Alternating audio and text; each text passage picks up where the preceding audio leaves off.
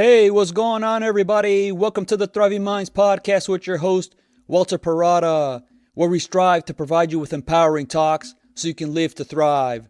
I hope you find yourself in the right frame of mind, focusing on all the things within your control.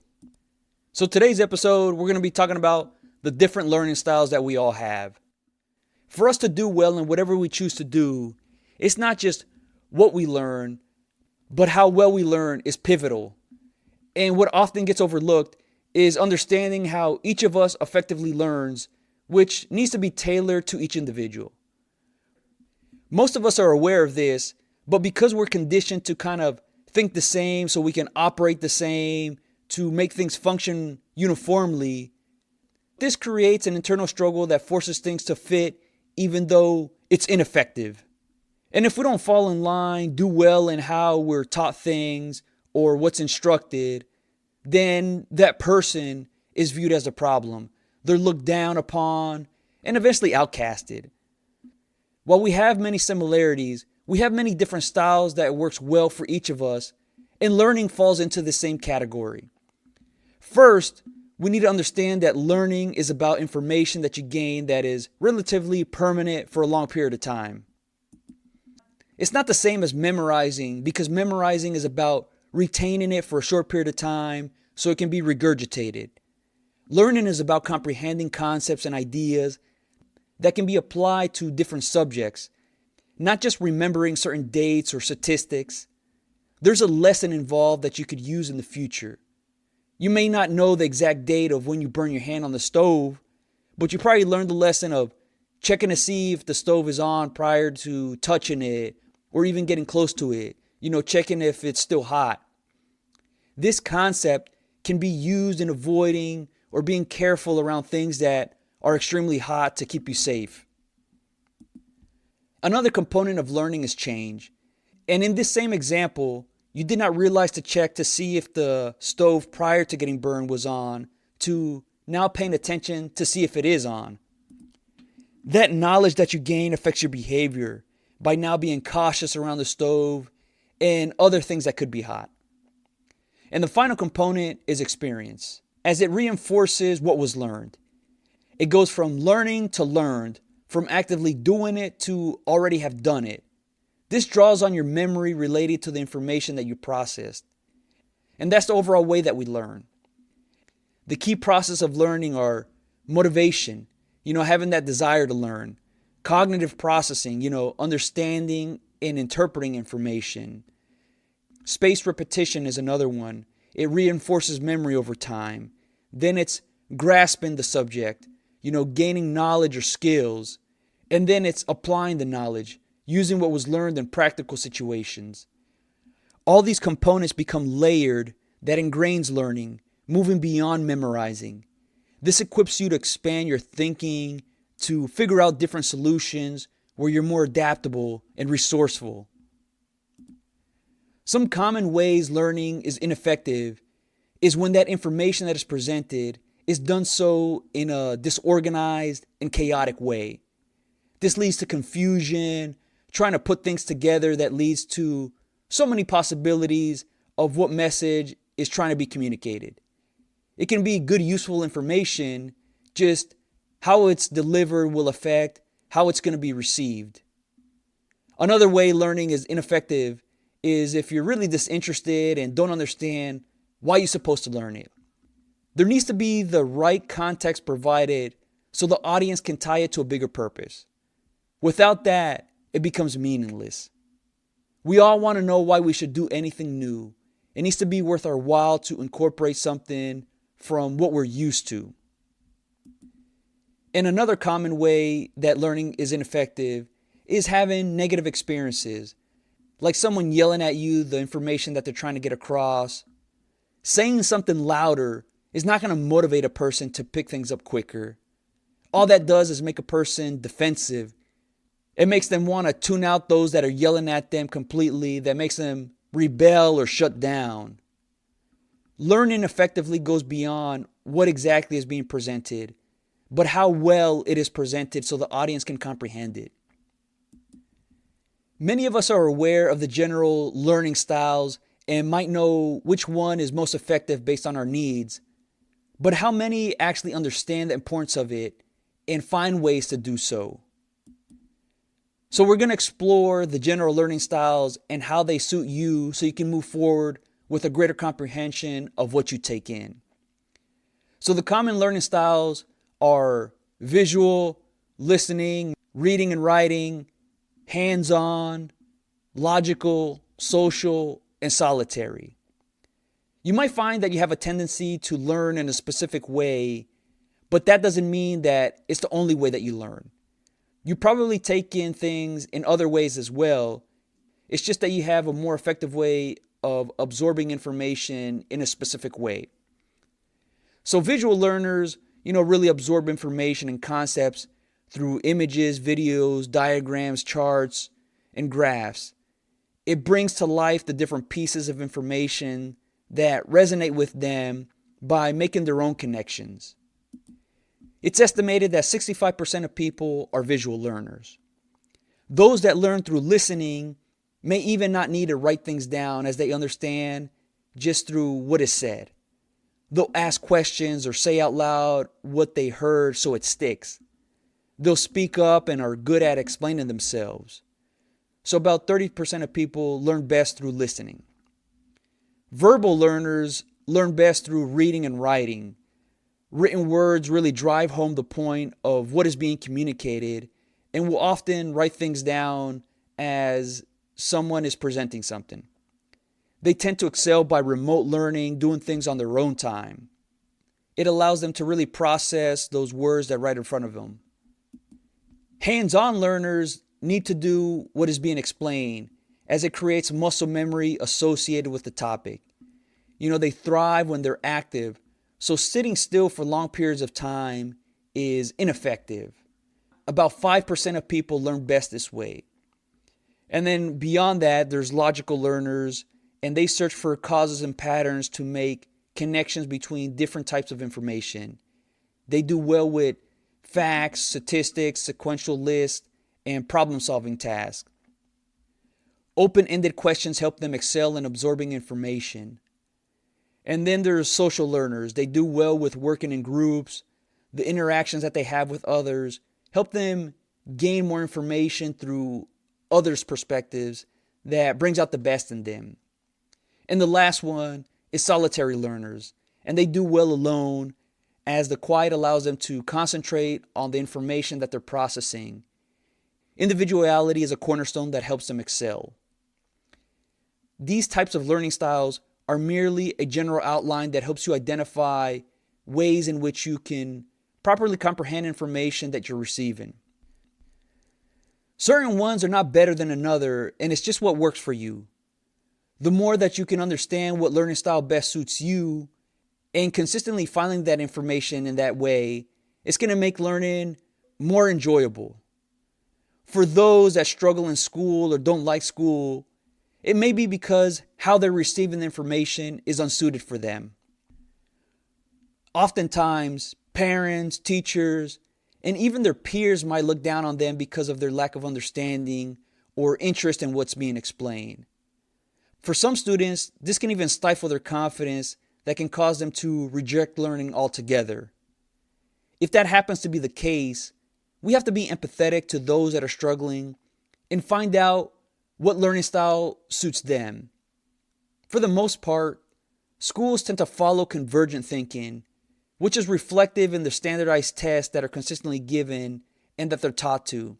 They're only teaching to find one right answer, when in reality, when you're out there in life, there's multiple right ways, multiple right answers, so many different ways to do things effectively, not just one way.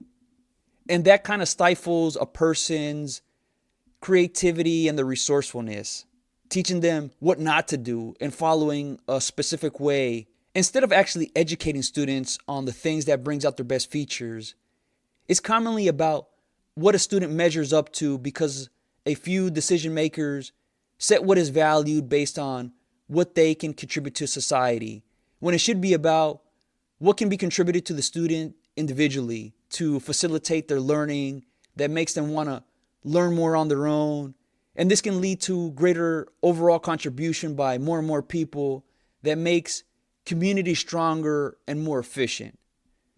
That's ideally what education should be. By focusing on each individual and their needs, working from the bottom up creates a foundation that helps everyone thrive. But currently, it's working backwards from the top down that lacks developmental resources and instead views and treats those that do not align with what is wanted as a problem that must be treated. And if it can't be treated correctly, then they must be discarded. They're kind of, left alone or outcasted. This is a lazy approach that causes us in general to see each other for our differences and lose sight of what we have in common.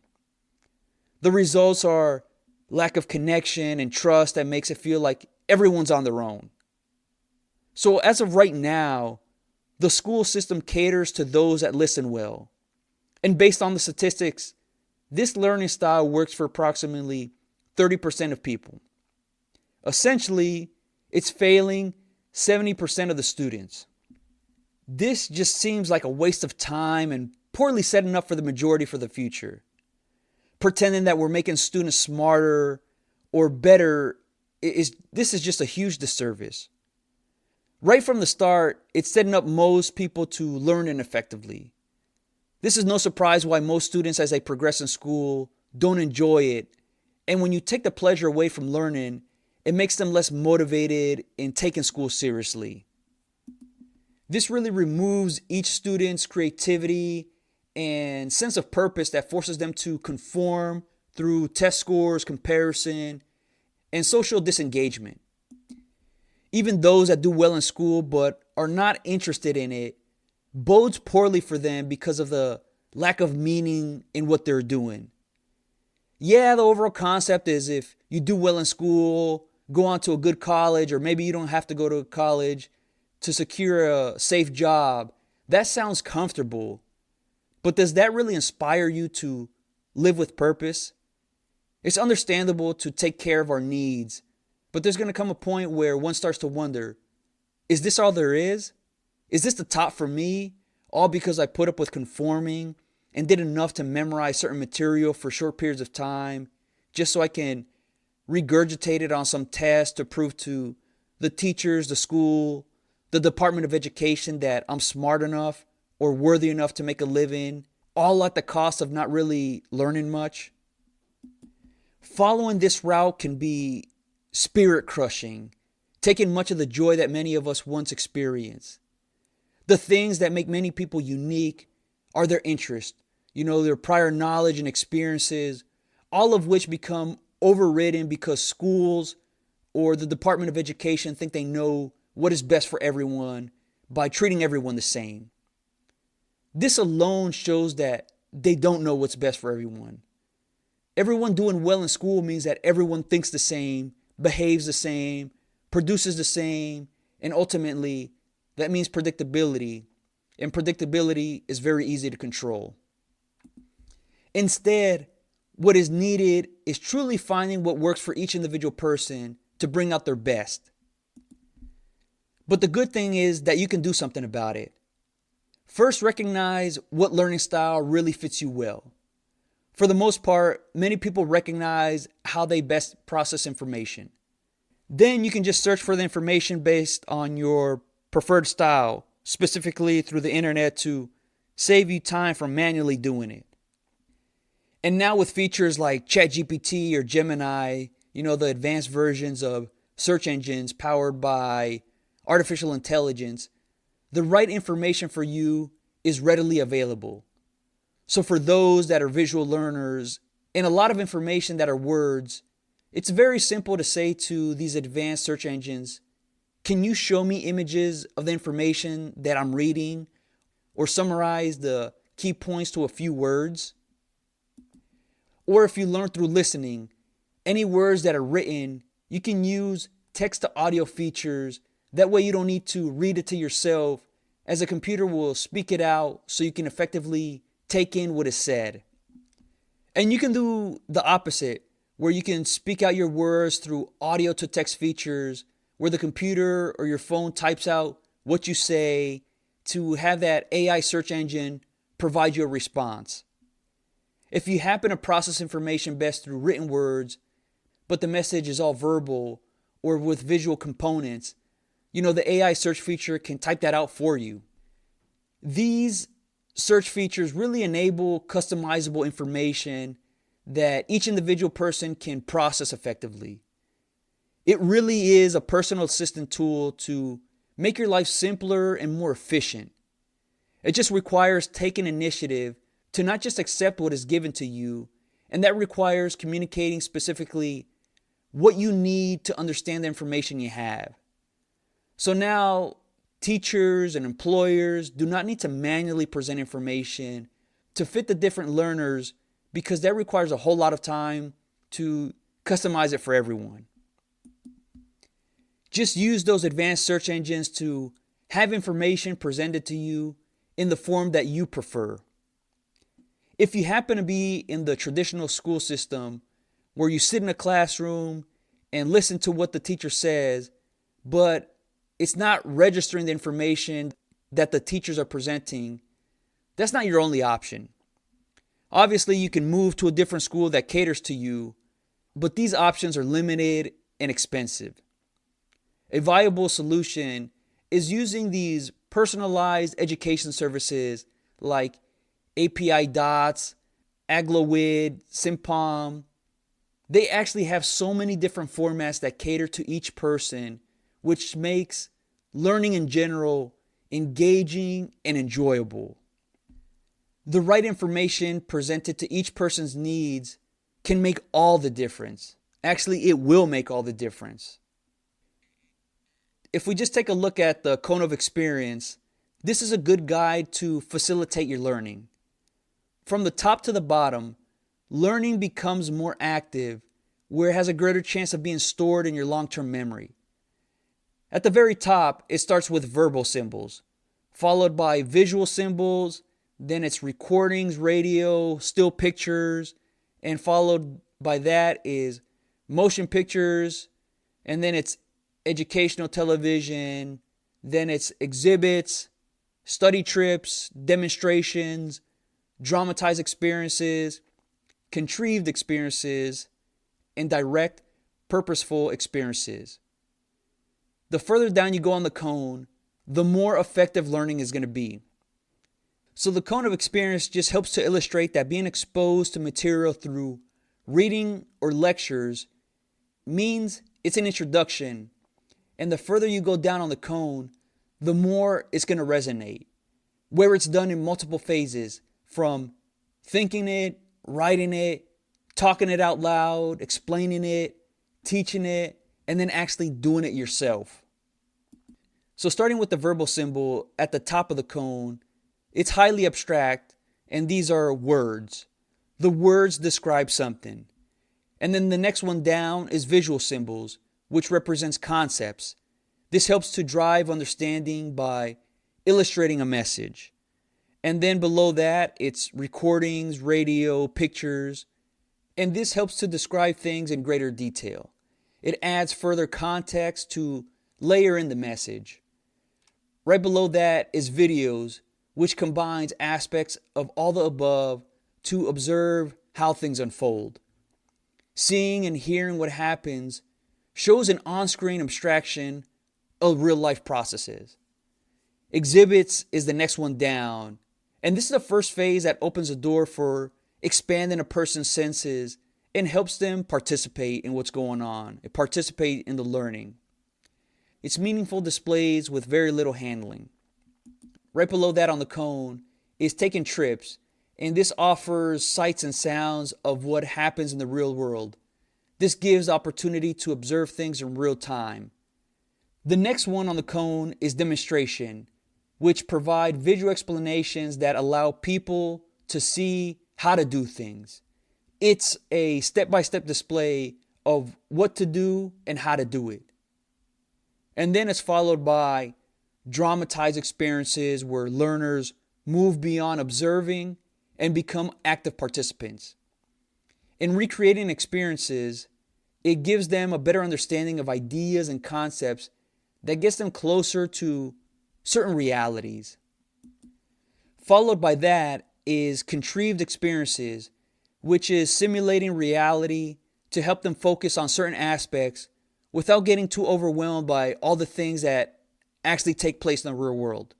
It's like gamification, where it's game like and it stimulates reality, making it more engaging. And then the last one on the cone is direct, purposeful experiences, where it's hands on. This really helps to store it in your long term memory because it's taking an idea or a concept and processing it through different senses to build knowledge. After so many times of doing something hands on, it's more likely to become ingrained.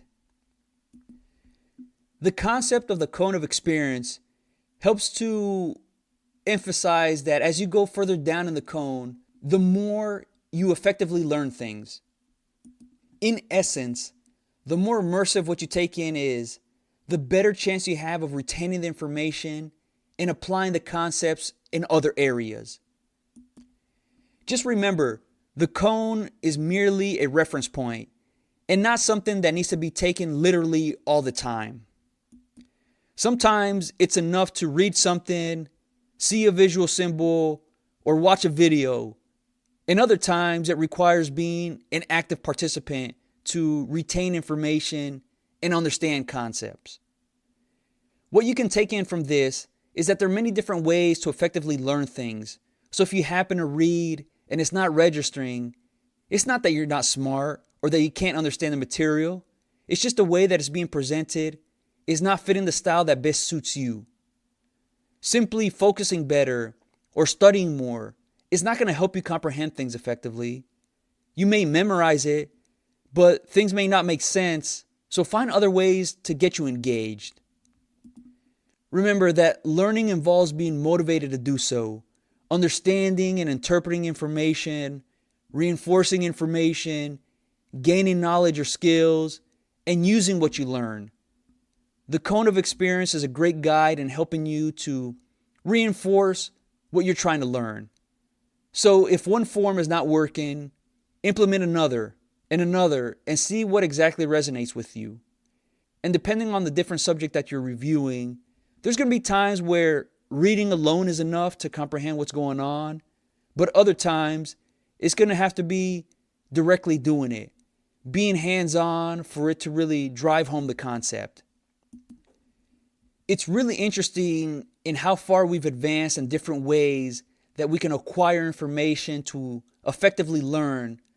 But for the most part, in many institutions that we're in, whether it's the school setting or the work setting, it's still operated like it was when the education system was established in the 17th century.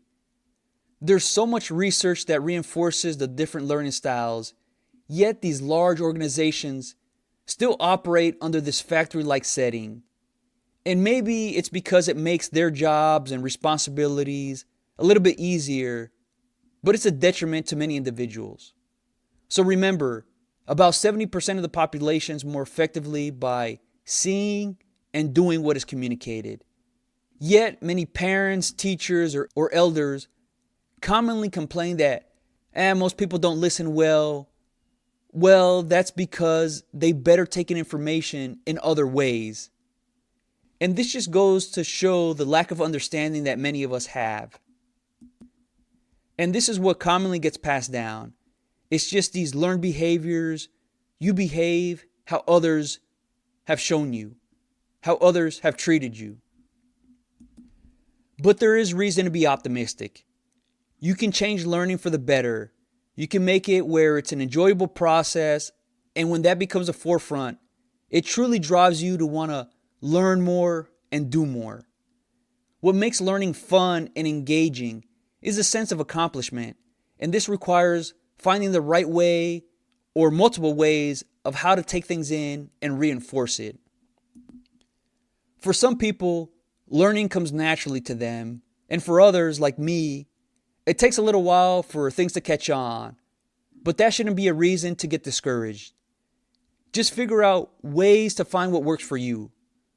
Learning can be improved, and that starts with having good experiences in doing so.